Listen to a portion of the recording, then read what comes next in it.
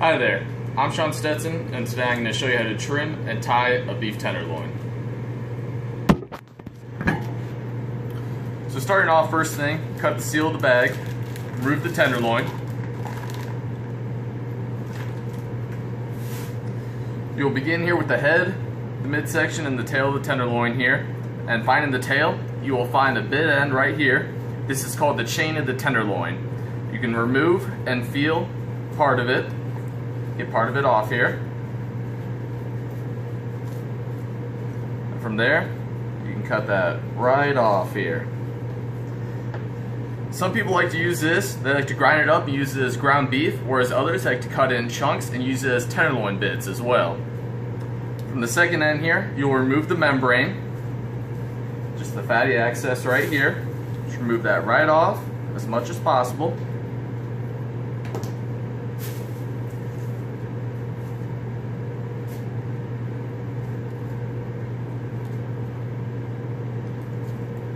And from here, the next layer you're going to see is the silver skin. The silver skin is a chewy, almost inedible part that you want to remove from the tenderloin. So you're going to insert the knife right here at the very edge of it, get a nice little hunk right there, and you're going to slowly peel away on that silver lining right there, only just taking a minimal part of the beef off of it itself. So you want to remove the silver line here, continue it all the way down. You may have to do this a couple times to get all the silver lining off.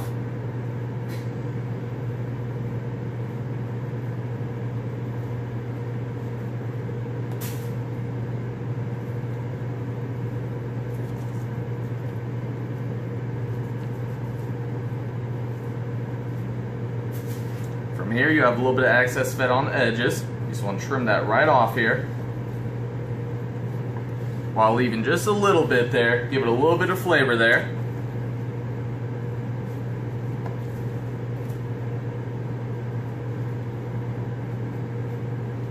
Then you're going to flip this right over here, right after you're done getting all the silver lining, all the membrane off this top side right here.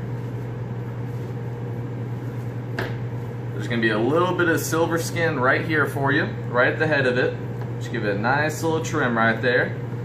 Take that right off. Just a little chunk of fat there. And you have a big old hunk right here. Just take a little bit off there, still leaving a little bit for the flavor. Gotta love the flavor in it here.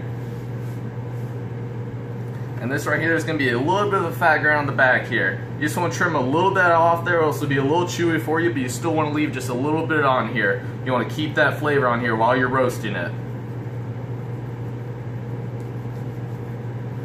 Get all that right off there. There we go.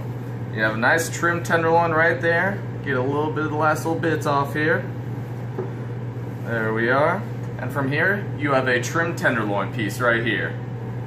So a lot of people, if you want to cut it up, you have the head section here. This is fantastic for roasting. Whereas, well, if you're looking for just a straight up filet mignon, you're going to take from the center here, get a nice center cut. Whereas the tail end, some people like to split, use it as a roast, and as well, some people like just a tail steak, and as well, they can stuff it here. So from here, we're going to tie it. Get about 10 feet of butcher's twine here.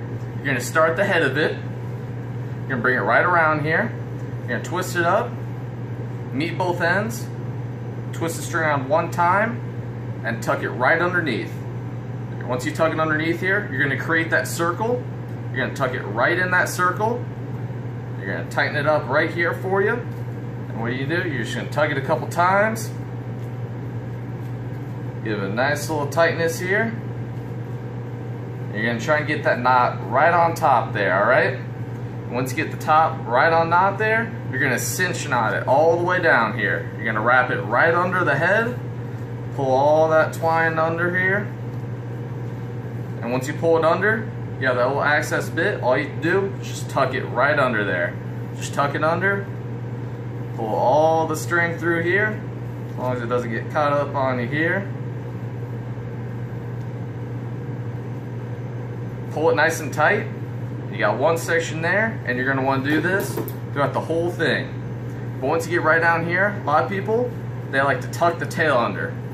Once you tuck the tail under, the nice part is it's almost all the same thickness. So while you roast it, it's going to cook at moderately the exact same time. So nothing is undercooked while another part is overcooked or anything like that. So everything cooks at the same temperature. So like I was saying, you're going to continue to cinch knot this all the way down here. You do about 2–2.5 inches between cinch knots here.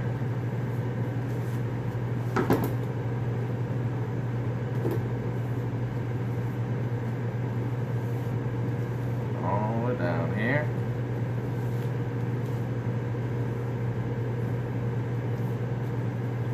Make sure to get that tail under there once you start getting to it.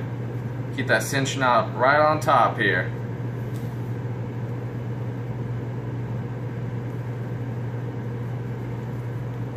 About 2 more times here.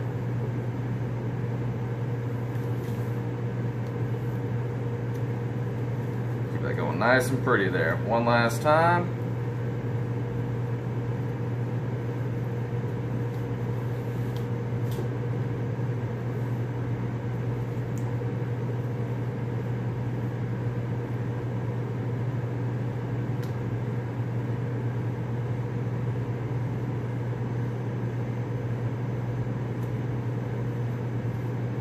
Alright, and once you got that last cinch knot in here, you got the whole top tied, what you're going to do is you're going to flip it right over here, right at the bottom side, and you're going to weave all this right through here. Right through all the knots right here.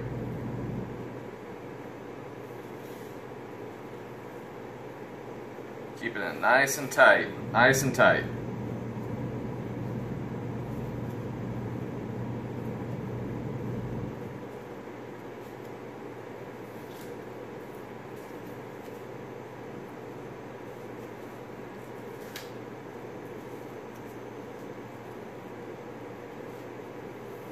Alright, once you get to the end of it here, you're going to flip it back over here to the top side, right where you began with that first butcher's knot. You're going to fold it right underneath here. Get that head nice and tight there. And basically all you can do from right here, if you'd like, you can just do any typical knot here just to give it a nice little tighten, alright? A nice little knot, nice and tight. Get this nice little cut. And right here, you have a trimmed tenderloin, top and bottom, nice and tight, and you are all set to cook. From here, having the tenderloin all cut and trimmed, I would salt and pepper with kosher salt and coarse ground pepper. I would throw it in a pan, toss in the oven. I would start to preheat it at 425 degrees, burn it for about 15 minutes, get a nice roast crisp on each side.